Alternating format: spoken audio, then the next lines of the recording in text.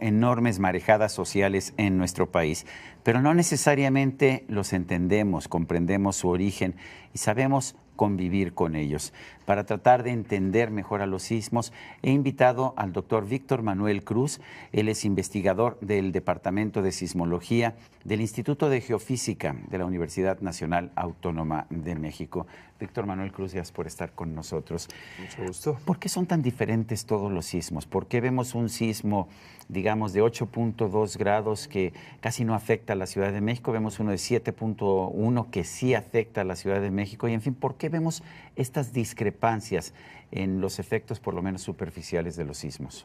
Claro, la razón principal de esta diferencia tan marcada en los efectos es la distancia epicentral de un centro urbano importante. El sismo de magnitud 8.2, al que hiciste alusión ahora, el que estaba en el istmo de Tehuantepec. Correcto, que tiene una magnitud muy similar al de 1985, liberó más o menos 32 veces más energía sísmica que el sismo de magnitud 7.1 del martes pasado, el 19 de septiembre. Por lo tanto, uno podría preguntarse precisamente cómo es posible que un sismo tan grande como el del 7 de septiembre no haya causado tantos daños. Y como dije ya, es sobre todo la cercanía del magnitud 7.1 del 19 de septiembre a la capital de la ciudad. Digamos, los sismos no todos son iguales. El mecanismo físico que les da lugar varía. La mayor parte de los terremotos en México se concentran bajo la costa del Pacífico, como típicamente el de 85 o muchos otros que hemos sentido. Estos que nos atañen ahora, el del 7 y 19 de septiembre pasados, son sismos que, si bien no son tan frecuentes, no son tampoco extraordinarios.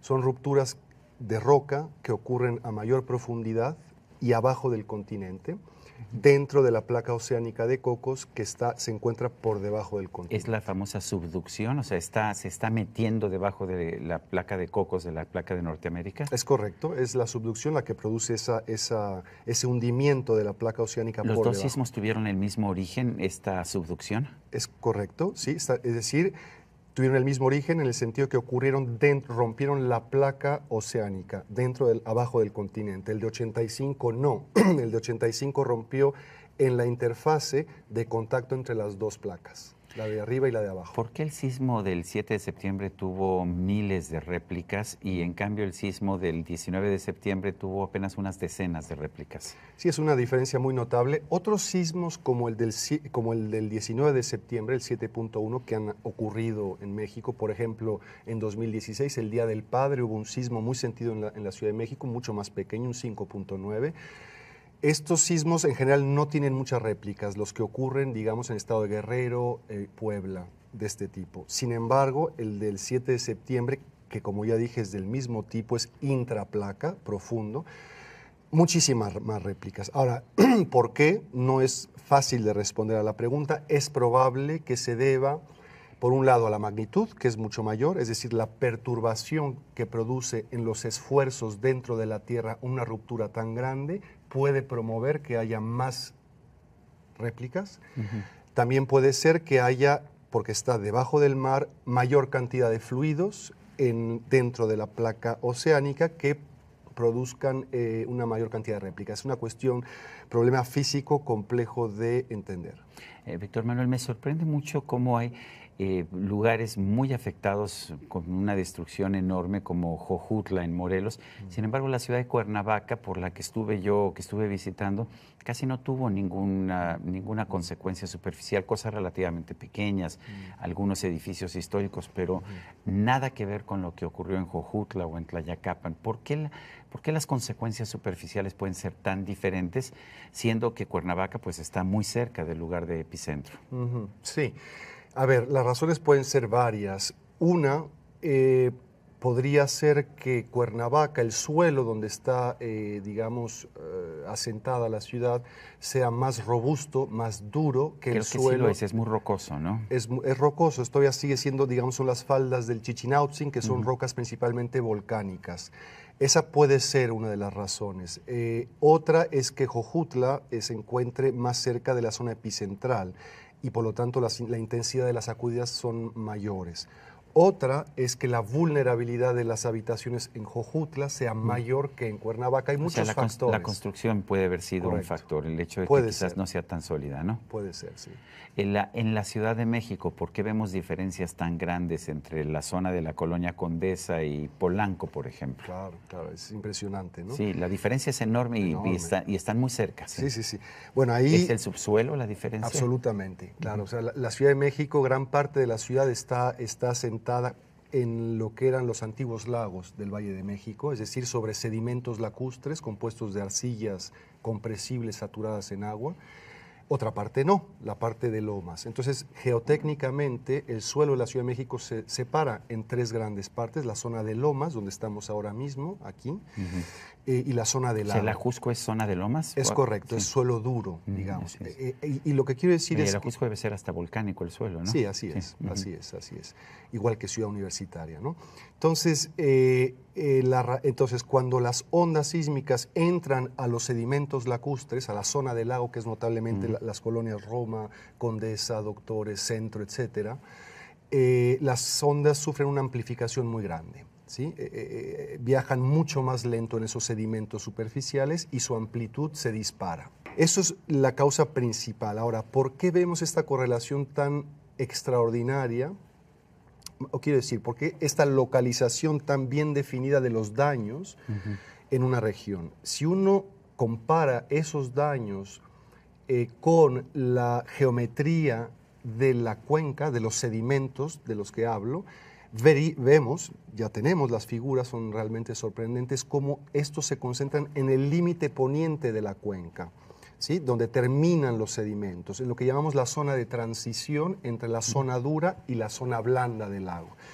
Y esto es consecuencia de la interacción de las ondas sísmicas emitidas por el terremoto 7.1 en este caso, y las propiedades de esos sedimentos muy delgados, de entre 10 y 30 metros de espesor, que producen una amplificación y la generación de nuevas ondas de gran amplitud, propagándose del límite de la cuenca hacia adentro. Entonces, de ahí que estos daños se concentren en esa región tan específica.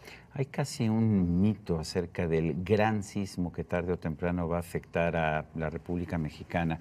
¿Fue este de 8.2 o este de 7.1 o es otro gran sismo que vendrá después, o simple y sencillamente es un mito? Bien, no son mitos, es una realidad, es decir, con base en qué lo digo. Cuando uno ve el registro histórico de los grandes terremotos en México, hay muchos ejemplos de grandes sismos. Por ejemplo, el más notable del que tengamos conocimiento ocurrió en el siglo XVIII, 1787, en el estado de Oaxaca. Fue un terremoto de magnitud estimada 8.6, el más grande. ¿Cómo se calculan la magnitud cuando no había sismógrafos ni nada, ni instrumentos? Esa es una muy buena pregunta. Hay investigadores, incluso de nuestro departamento de sismología, que se dedican a recopilar toda la información, en este caso colonial, documentos que los curas o las personas, testimonios que están plasmados de daños, de sensaciones del sismo, que pueden ser relativamente fieles a lo que ocurrió. Entonces, con base en ese tipo de información se puede estimar. A ver, por ejemplo, es innegable que este sismo al que hago alusión del siglo XVIII produjo un tsunami que invadió la tierra en cerca de Puerto Ángel 3 kilómetros para adentro. O sea, un escenario muy parecido al de 2004 en Sumatra o 2011 en Japón. Entonces, con base en ese registro histórico, por mencionar solo el más grande del que tengamos conocimiento, porque hay muchos otros tan grandes como el de 85. ¿De 8.7? No, de 8.6, que ese es el más grande del que tengamos conocimiento y es una magnitud aproximada. Pero 8.6 es mucho más grande que un 8.1 como el de 85. Entonces, ¿esto significa que sí tenemos que prepararnos para sismos más grandes, quizás incluso algún sismo de 8.6? Sin duda. Es decir, una de las grandes lecciones que aprendimos las sociedades del mundo entero, pero en particular los científicos abocados a entender los sismos, después del sismo de 2004 en Sumatra, magnitud 9.1, el sismo de Tohoku en Japón, magnitud 9, el de Chile de 2010, magnitud 8.8 y otros sismos, pero sobre todo estos que fueron como muy paradigmáticos, es que puede haber rupturas mucho más grandes de las que indiquen el registro histórico. Estos sismos tardan mucho en repetirse porque son muy grandes. En Japón toda la gente pensaba, y mira que hay expertos que han estudiado lo que ocurre allá, no esperaban una ruptura tan grande, tal forma que sus medidas preventivas, por ejemplo, notablemente el tsunami, no fueron lo suficientemente eficaces. Entonces, sí, la respuesta es sí, debemos estar preparados para escenarios mucho más grandes de los que tengamos conocimiento en México. Tenemos evidencia de que razones para pensar seriamente que uno de los posibles escenarios en un futuro incierto, probablemente cercano, es que ocurra un sismo de magnitud superior a 8 en la brecha sísmica de Guerrero, es decir, en un segmento de la costa de Guerrero de más o menos 230 kilómetros de longitud, donde no ha ocurrido un sismo de magnitud superior a 7 en más de 60 años. Está muy claro que no estamos en capacidad de impedir los sismos. ¿Cómo convivimos con ellos? ¿Cuál sería? Entiendo que no es la función de un geofísico, de un sismólogo, pero ¿cómo aprendemos a convivir con ellos? ¿Qué podemos hacer? Claro que sí. Una pregunta fundamental. A ver, la prevención es la clave, ¿no?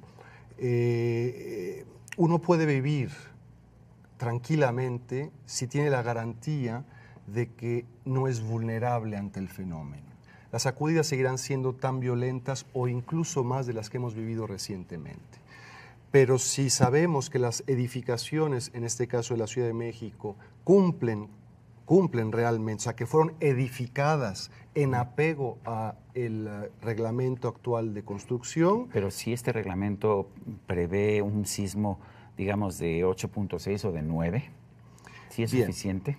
Es que un sismo de esta naturaleza va mucho más allá de lo que sí probablemente los ingenieros hayan considerado para, digamos, diseñar el reglamento, pero al menos para solicitaciones sísmicas comparables a las de 85 o bien la reciente que tuvimos ahora, debería ser suficiente. O sea, hay que tener buenas normas y también cumplirlas. Absolutamente. Víctor Manuel Cruz, gracias por esta conversación. Al contrario, con mucho gusto. Y a usted, amigo televidente, que hace posible este programa, se lo agradezco también. Esto es todo por hoy, pero no se le olvide.